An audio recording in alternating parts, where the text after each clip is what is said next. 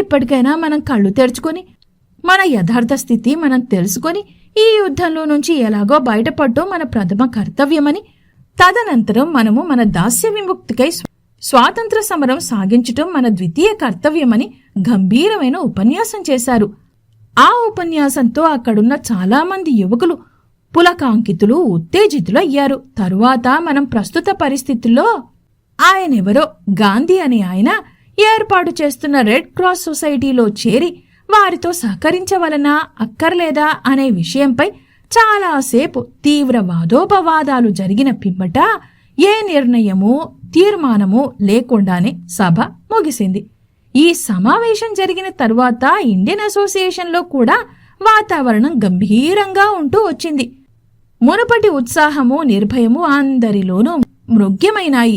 ఎవరి మట్టుకు వారు ఈ యుద్ధ భారతమంతా తామే మోస్తున్నట్లు ముఖాలు పెట్టుకుని తిరగడం ఆరంభించారు. గాంధీ ప్రారంభించిన రెడ్ క్రాస్ లో కూడా ఆయన అనుకున్నంత మంది అనుకున్నంత తొందరగా చేరడం లేదని వార్తలు వస్తున్నాయి. భారతీయులంతా తప్పక ఈ స్వచ్ఛంద సేవాదళంలో చేరడం మనకు గౌరవం, శ్రేయస్కరం అనే హెచ్చరికలు తరచూ గాంధీ పత్రికలలో ప్రచురణ చేస్తున్నాడు. ఇలా ఒక వారం రోజులు గడిచిన తరువాత దుగ్గిరాల గోపాలకృష్ణయ్య గారు ఒక డజను మందిని, తనకు సన్నిహితులైన ఆంధ్రులను మాత్రం తన ఇంటికి పిలిచారు. అందులో నేను కూడా ఒకడినని చెప్పుకోవడానికి చాలా గర్విస్తున్నాను.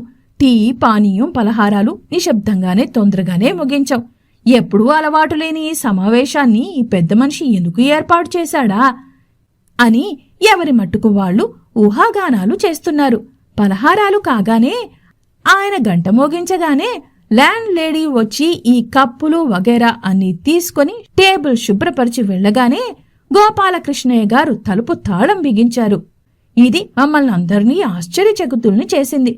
ఆయన వచ్చి కూర్చోకుండా నిలబడి ఉపోద్ఘాతమేమీ లేకుండా మిమ్మల్ని ఈనాడు ఇక్కడకు ఎందుకు ఆహ్వానించానని మీరందరూ ఆశ్చర్యపోతున్నారని నాకు తెలుసు. వారం రోజుల క్రితం మన అసోసియేషన్లో అశాంతి బయలుదేరింది. ఈ యుద్ధము, దీని పరిణామము భారతదేశం లాంటి దాస్య దేశాలపై దాని ప్రభావం మనము ఊహించలేకున్నాము. ఈ పరిస్థితుల తీవ్రత మనలో ఎవ్వరినీ తగినంతగా కలతపెట్టినట్లు తోచడం లేదు. ఇది ఏదో గాలివాటని, తుపాన్ లాంటిదని, ఎంత హఠాత్తుగా వచ్చిందో అంత హఠాత్తుగానూ పోతుందని మనం అనుకుంటున్నాం. ఇప్పటికే యూరోప్లో జరిగిన మారణహోమం ఎంత భయంకరమైనదో మనం ఊహించుకోలేకుండా ఉన్నాం.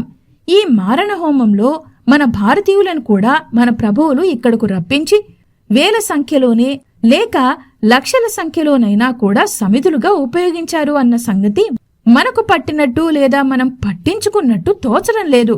ఇంత దూరదేశంలో ఉన్న మనకు మన దేశంలో బయలుదేరిన రోదన, శబ్దము మన చెవులకు వినిపించకపోవచ్చు. అంత మాత్రాన అక్కడ అంతా ప్రశాంతంగా ఉందని మనం సంబరపడ్డానికి ఎంతమాత్రమూ వీల్లేదు. నేనీ మధ్యన అనుభవిస్తున్న తీవ్ర మనోవేదన ఇంతింతని చెప్పలేకపోతున్నాను. ఈ వేదన ఇతరులకు తెలిసేది కాదు. ఇది దుర్భరం, దురహ్యం. అందుచేతను నేనొక నిశ్చయానికి వచ్చాను. అది మీతో చెప్పి మీ సహకారము, అధమం, మీ సానుభూతి ఆర్జించుకోవాలనని మిమ్మల్ని ఇక్కడికి పిలిపించాను.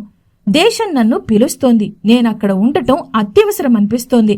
నేనక్కడకు వెళ్లి ఏదో చేయగలనని కాదు, కాని నేను మట్టుకు ఇక్కడ ఉండలేను.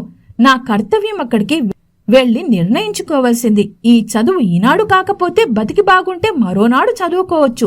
మీలో ఎవరికైనా నాలాగే మానసిక ఆందోళన బయలుదేరి ఉంటే నాతో బయలుదేరమని నా ప్రార్థన.